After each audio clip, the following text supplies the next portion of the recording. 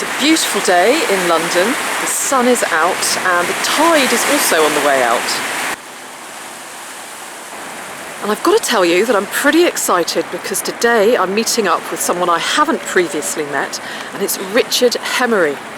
And I have watched some of his YouTube videos though, and he is an absolutely fantastic pottery expert.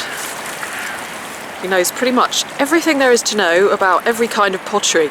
And so I'm looking forward to having a little mudlark with him. And I've also brought along a bag of pottery, which I'm going to show him, and hopefully he'll be able to tell me a little bit more about it.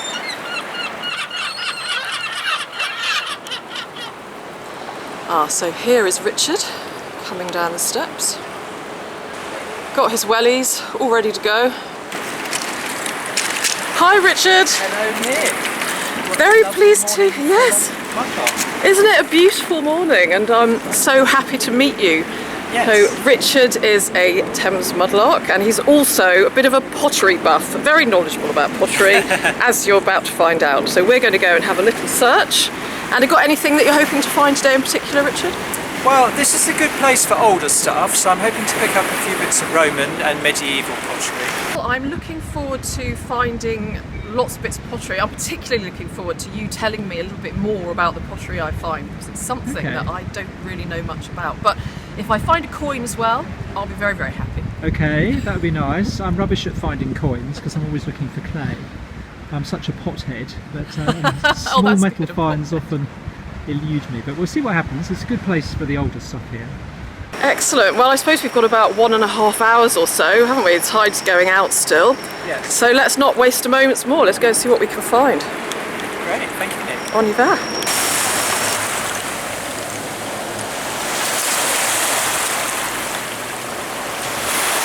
So a good thing about pottery is even from quite a small bit you can get an idea. This is German stoneware, so high-fired with a blue cobalt glaze, and it's from Westerveld.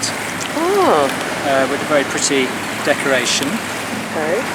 And then some earthenware. This is the oldest bit I've found so far.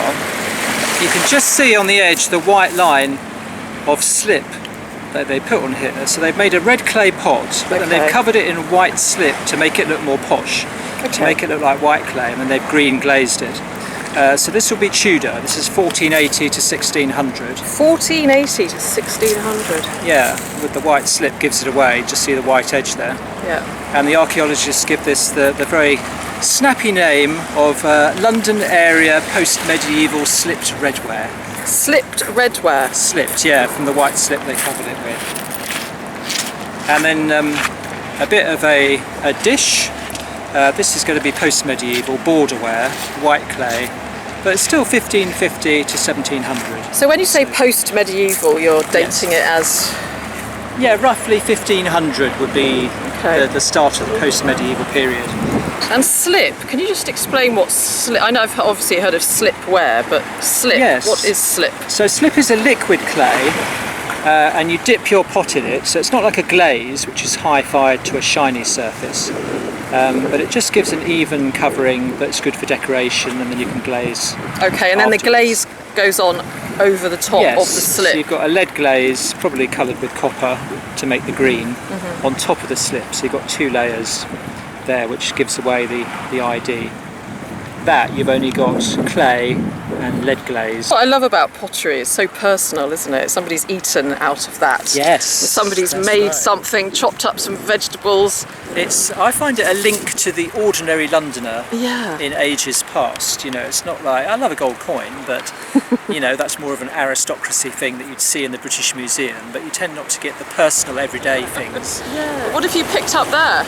Well, this large chunk of something, I was going to ignore it because I thought it was part of a brick or a drain pipe, but it seems to have a stamp on it, and I'm thinking it might actually be Roman, because you've got a distinct handle there, which would be like a large handle for gripping. So I think it might be for a mortarium, which you'd grip, and then you would grind herbs and spices and oil to make your fish sauce and whatever else you wanted to put on your Roman meal. And it has got little chips of stone in the clay which help you to grind it. So I'll have to do some research, but that might actually be the potter's the Yeah, maker's like a mark, stamp. like on Samian, but they did it also on Oh, Ontario. yes. So it might be some Roman letters with an F at the end for fake it, you know, such and such made this. Yeah. And again, another finger impression Gosh. on it. So yeah, I'm quite happy with that.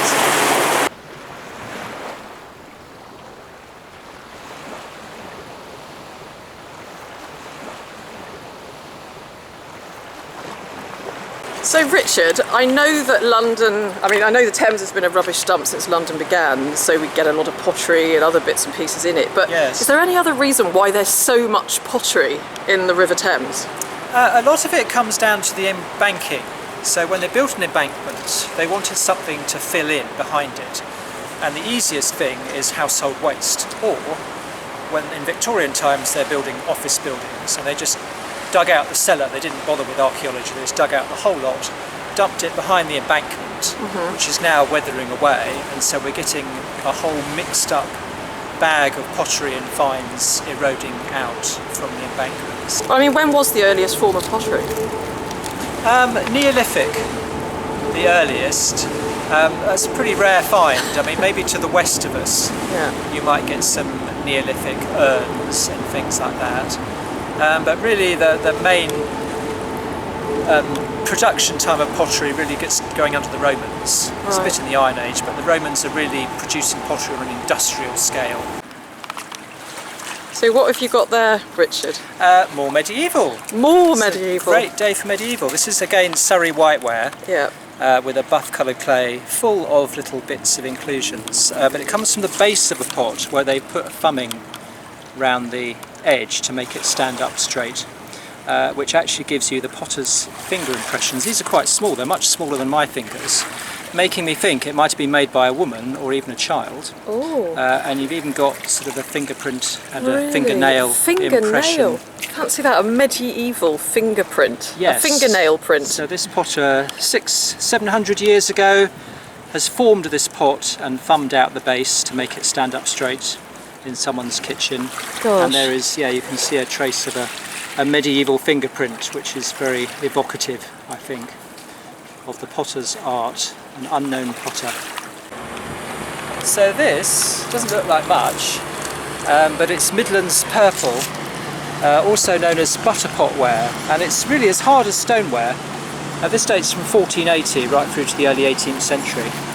But London used to get its butter delivered in these pots. Oh, That's why really? it's called butterware. Butterware. Yes, you'd have 6 pounds of butter, and the farms in Staffordshire would make the butter, Yeah. and then part-time farmers, part-time potters. So Yes. they'd make the pots to put the butter into and ship it down to London in large containers. What, the farmers would make the pots as well? Yes, and that is really the beginning of the Staffordshire pot industry. So they had the technique to make this stoneware, Yeah.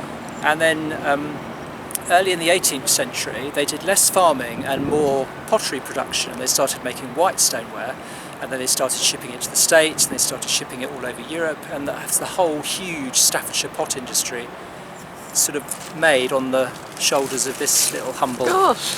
So bit of- it's purple, Midlands purple Midlands purple Yes. butterware. butter potware. Butter yes. potware, so the these butter large would go in there. cylindrical pots full of butter from the Midlands and Staffordshire, shipped down to London in pots like these. Wonderful. So yeah, it's nice how even a humble bit of Yeah, has a pottery great story, doesn't it? has a story, yes.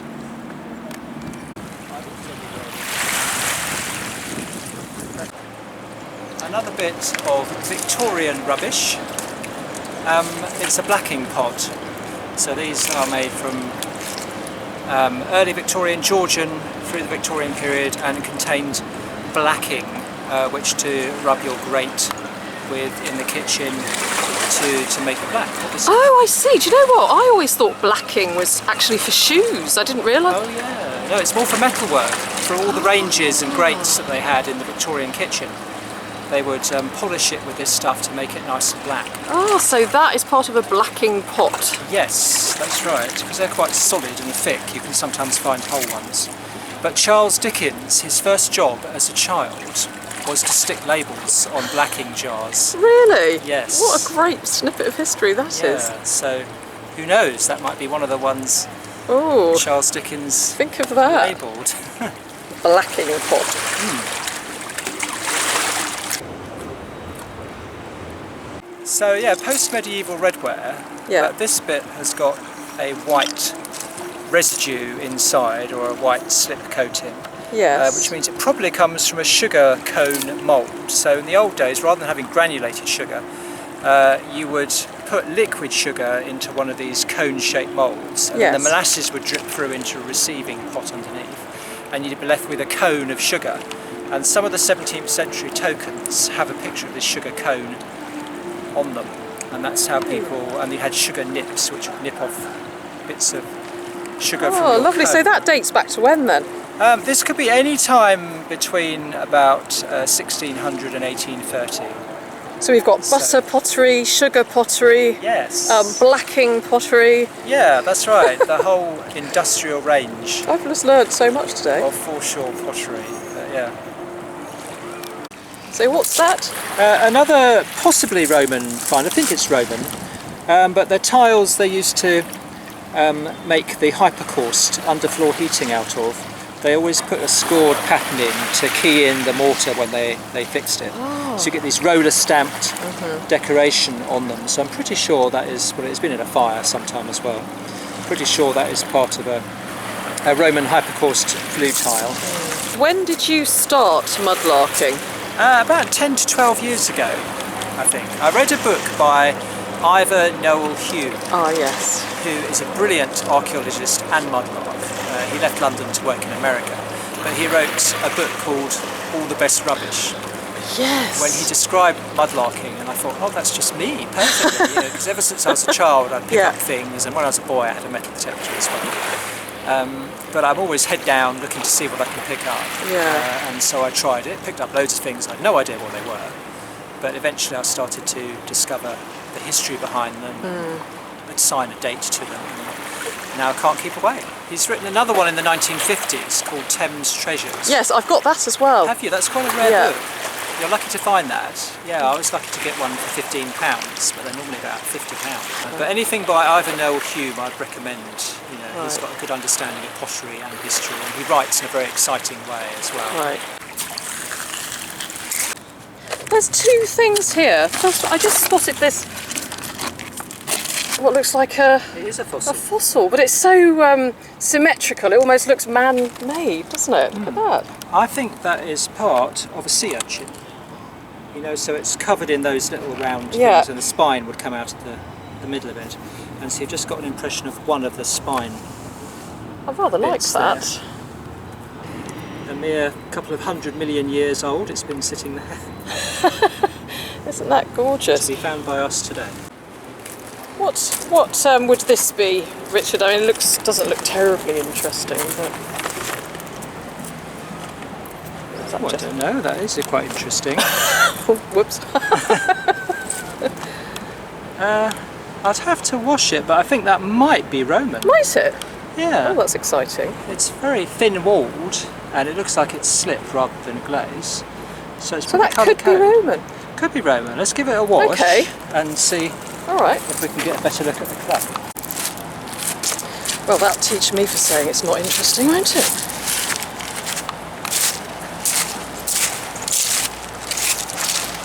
Let's go and see what the verdict is. Let's have a look.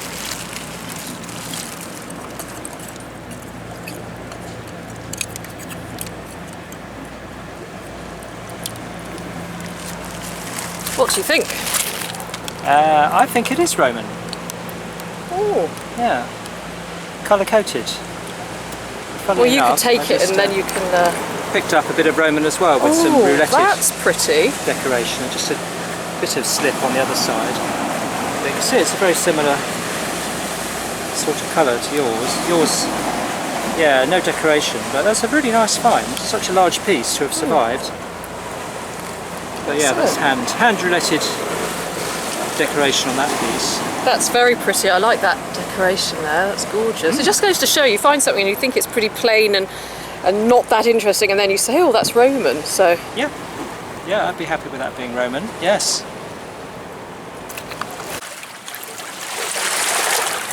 oh, tin glaze. Now this is one of the kinds of pottery that I'll pick up and I'll say, oh, that looks like some tin glaze. But then I stop there because I don't really know much more about it. Well, you're right, it is tin glazed. So that's Delftware is another name for it, because Delft in Holland, obviously a lot came over from here. It's got rather a fragile glaze, so it chips very easily. And it's always got this normally blue, but sometimes multicoloured decoration, trying to look like Chinese blue and white. And when does that date from? Anything from 1650 up to about 1770. It was really killed off by stoneware plates and creamware and better quality earthenware, which could be painted blue. That killed it off because it's not a very resilient glaze, it's easily chipped. It looks quite edible, doesn't it? It almost looks like icing. Yes, it does, yes. And would that have been from a plate as well, or is it a tile? Yes, it's got a curve to it, so that would be from a plate or a platter. Probably a plate, it's quite thin. But starting in the early 18th century, you get to have people wanting sets of china to use to eat. Before, they just have one big serving bowl in the middle and everyone would help themselves, maybe using a wooden or a bread trencher. Yeah. But from the early 18th century, people start to want plates, and so you start to get plates coming in, and that's probably one of the earliest. Super.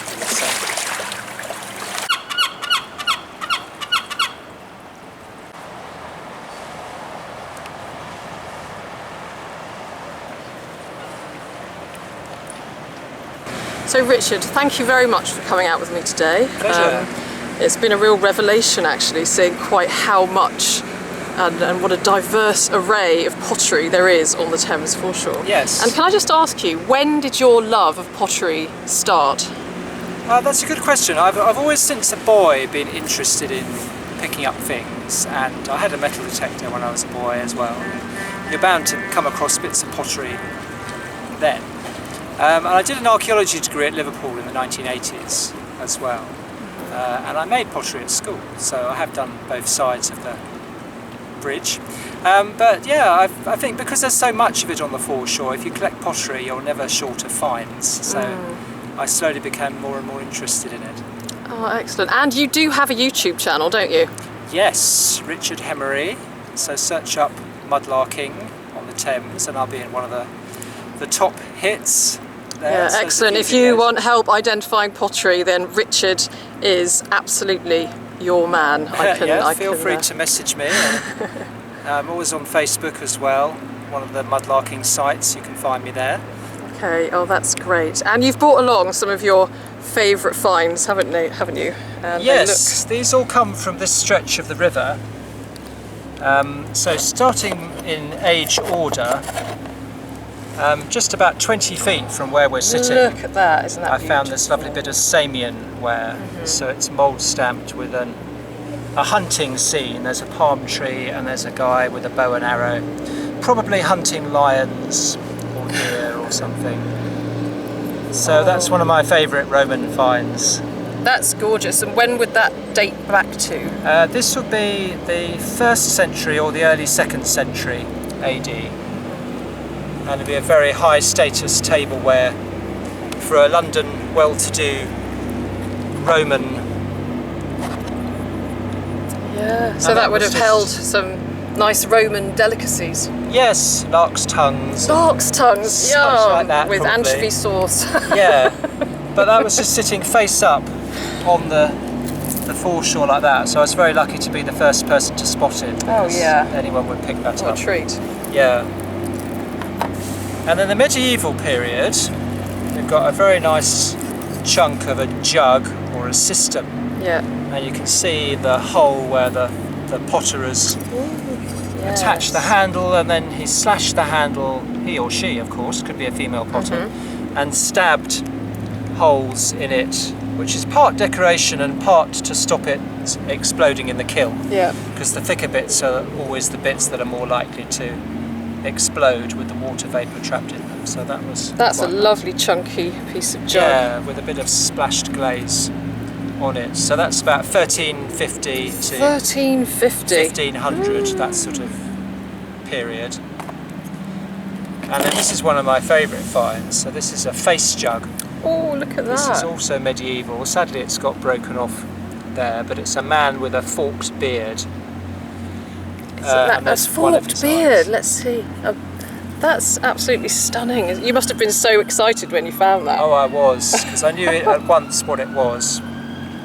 So it's a lot earlier than the stoneware face jugs that you get on the Thames. This is probably made in Kingston around about 1250 to 1400. So it's quite early in the medieval period. But again, a high status thing for serving drink at the table of a well-to-do London merchant. That's or lovely. even royalty perhaps. And then a tile, Oh, a that's medieval gorgeous. floor tile, probably a pen style tile. So this is 14th century, and they used a wooden mould to press a shape into the tile and then filled it with a contrasting colour of clay. And you can see there's a sort of arch pattern and then a bit of a little sort of floral motif there. That's beautiful. I love the way it's faded. It's quite ghostly, isn't it? It is, yes, but it's always worth turning over tiles because it's very boring on that side, but then very nice on that Lovely. side. And they're not only pottery, but also bone. This thing, I had no idea what it was when I picked it up, so it's a bone, had a groove cut in there, and it's a bone circle, and then inside you've got an iron peg driven through it. But someone knowledgeable on the website identified it as the nut from a crossbow. The nut from a crossbow. Yes, so you have the flat top of the crossbow, and then you have that nut there, and then the string that you pull back is held in that little groove there, and then that iron thing attaches to the trigger down here.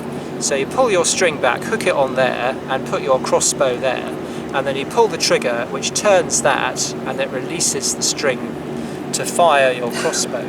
How incredible. How Yeah. old is that then? So this is Middle Ages as well, so it's medieval. So it's a crossbow. It's great, isn't it? 'Cause actually there is a bow on your Roman pottery. Oh yes, A that's bow right. and arrow, so Yeah. of obviously a completely different era, but Yeah, same theme. yeah, but that was a very interesting find. That is a very interesting find. The chances of actually finding out what it was as well. Yes, Brilliant. and obviously they don't survive on inland sites, so it's only on the foreshore that you get a good bone survival, you know, from the Middle Ages. Even that's got quite, you know, corroded over time. Wow, what a find. Yeah, I was very happy with that. So not only pottery, No. and then going to the post-medieval period, I like this bit of slipware. This is Metropolitan slipware from Harlow in Essex, Yeah. because it actually has a message on it. Oh. So the best quality ones, they would do mottos around them, and this has a very Puritan motto. Does it actually say something on there? It does, yes. There's I, an F and an E, just at the start of it. So the only motto I found that includes those letters is a very Puritan sounding motto from the 17th century, which is amend your life and sin no more. Amend your life and sin no more. Yes. Well, I hope you're all listening. Amend your So life. apparently a and lot of sin the no potters more. in Essex who made this stuff put in very religious mottos like fear God and fear the King. And God, that's amazing. If I, to be honest, I look at that and I wouldn't have noticed that at all. yeah, so slipware decoration. If this had been complete, then it probably would be worth like £8,000 to £10,000. Oh, goodness Because me. they're quite rare, these, especially with the motto. Yeah, what a find. What a find. Yeah. And then moving forward into the Georgian period, there's a lovely Georgian dandy's shoe buckle. Oh, that's nice. So you can imagine that on the shoe of a, you know, about the time of the Prince Regent, you know, 1810, 1820. And it's very unusual because obviously in the field, in inland, you never get the metal part preserved, but in the Thames, because of the anaerobic conditions, you do get metal. But the buckle itself is pewter. Oh, That's rather wonderful, isn't it? Yeah, I'm very happy to find that. From a shoe. Yes, a shoe buckle, one of the very elaborate shoes they would wear. Beautiful. Male peacocks of the Georgian era. Well, they are really lovely. And also, I hear you're writing a book, Richard. I am, very slowly, yes. In my love of pottery, people keep on asking me questions, and there isn't one book you can go to which has good illustrations and a bit of historical information about the different eras. So I'm trying now to write a book on how to identify British pottery, going right through from Neolithic to the end of the Victorian period. That's bound to be a must-have for pretty much every mudlark. When do you reckon, have you got any idea when it might come out? It's going to take several years. Yes, I think I might do a shortened version just to do pottery on the Thames first. Yes. So that people can identify their finds and then expand to be the rest of the country. Well, I've taken the opportunity to bring along some pottery that I've had at home for a while.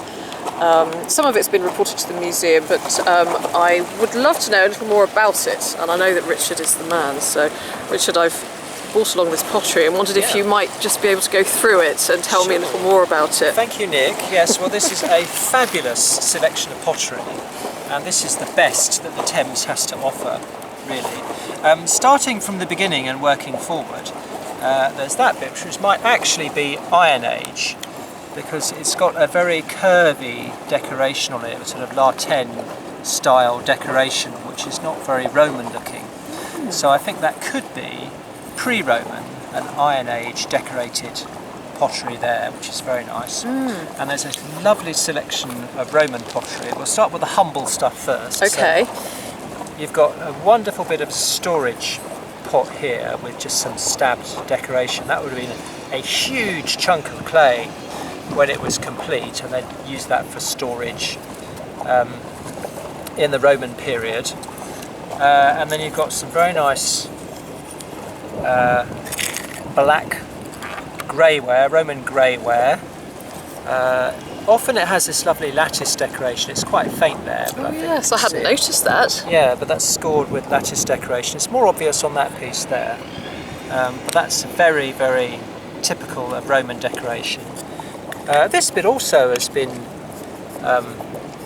rubbed as well, wiped to produce that sort of decoration on it, and burnished. So they would basically just rub the clay with a stone or a bit of wood just to shine it up. You've also got some mica in that clay as well, which is speckly bits of mineral, which probably means that the original clay came from Essex. So it might have been made in Essex and shipped across the river. And then over to your posher Roman pottery, you've got some lovely Samian ware here, beautiful with that slip on it. You've got two complete profiles, a lovely cup and a shallow bowl. But then the pride of place goes to the wonderful figure of Victory. So this would be a mould that is stamped into the clay. It's a mould, right. Yes, stamped into the clay, and that would be possible to trace that back to a workshop, either in Gaul or in Roman Germany, where they used to produce these, the 1st to the 3rd century AD. So that is a lovely piece. And then a bit of interesting industrial Roman clay. I think this has probably come from a salt making pan. So there's a lot of salt industries out in the estuary of the Thames, and they'd make this very coarse clay pans which they'd put salt water into, and then the water would evaporate and you'd be left with salt I see. at the end, and they'd heat them up as well to increase the evaporation. And it's probably tempered with vegetable matter which has eroded out and left these little sort of voids in the clay, but I'm pretty sure that's what that is, which is very good. Then you've got a little bit of medieval Surrey whiteware there, so this will be 1350 to 1500, and it's got a copper glaze to give it a green colour. There you can see there are little inclusions in the clay from the temper that have been added. Then moving forward to the post-medieval period, you've got some nice post-medieval finds here. This will probably be post-medieval, perhaps borderware. Could be anything from the 16th to the 18th century. That's a nice bit. Probably had a handle either side and would be a cooking pot, a pot to put on the fire. That again could be 16th century through to 18th century, I would think. This we can be a bit more precise about. Okay. This is a chafing dish, the rim of a chafing dish. So around the rim of the dish you'd have 3 or 4 projections like that. The chafing dish itself you'd have hot coals in, and you'd put a serving dish on top of the projections, and that the heat from the charcoal would keep your food warm, or warm your food up, or possibly perfume. You could put perfume on it and then the heat would just release the smell. And how old is that? So I have. This one probably borderware, so it's 1550 to 1700. Gosh. So it's very much a Tudor. And then of course some amazing Delftware or tin glazed earthenware. This is all hand decorated, and it has to be done quite quickly because the glaze is wet. So there are all these rather impressionistic scenes. Lovely bit. These 2 are tiles. They're quite flat. A bit of boat there. And person, I love nice that. man, fantastically, just a very quick sketch of a person. And then the base of a dish there with polychrome or multicoloured decoration, rather than abstract, probably trying to be Chinese influence. Delftware 1650 through to about 1770. Apart from this piece, which is probably a bit earlier, this is glazed on both sides, and that is probably an Italian bit of Delftware, or Maiolica, they would call it, which had been imported, so this could even be 16th century, but it's a very beautiful decoration with a bit of green and blue in it. And then a few more recent finds. The little fish face, I'm not sure, I think it's probably going to be early, because the clay doesn't look very refined, so I think it's probably part of a moulded dish or cup, which might be 17th or early 18th century, and perhaps a French import. It's a very nice piece.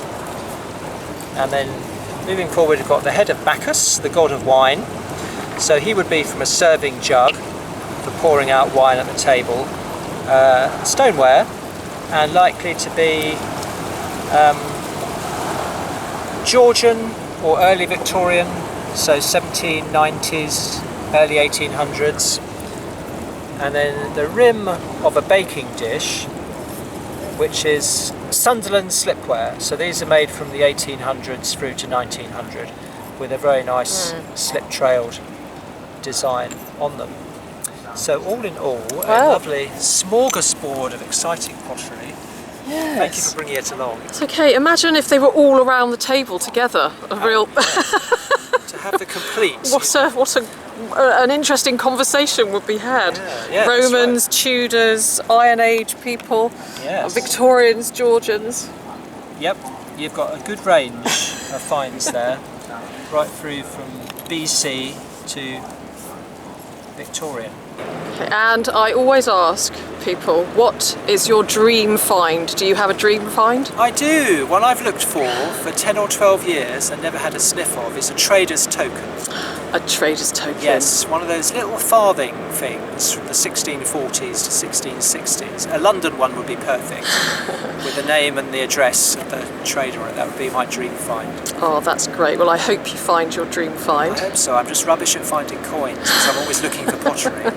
Thanks very much, Richard. Pleasure. Thank you very much. I've really enjoyed this, and I think, you know, pottery for me has been something that I'm sometimes a little bit scared of, because I pick it up and I'm never too sure of the date, so I tend to sort of mumble that it's probably Victorian and then put it in my bag. So it's been really great to learn a bit more about it. Oh, it's a pleasure. Yeah, I hope you find your dream find, and hurry up and get this book out so that we can find out more about our pottery finds. Thank you.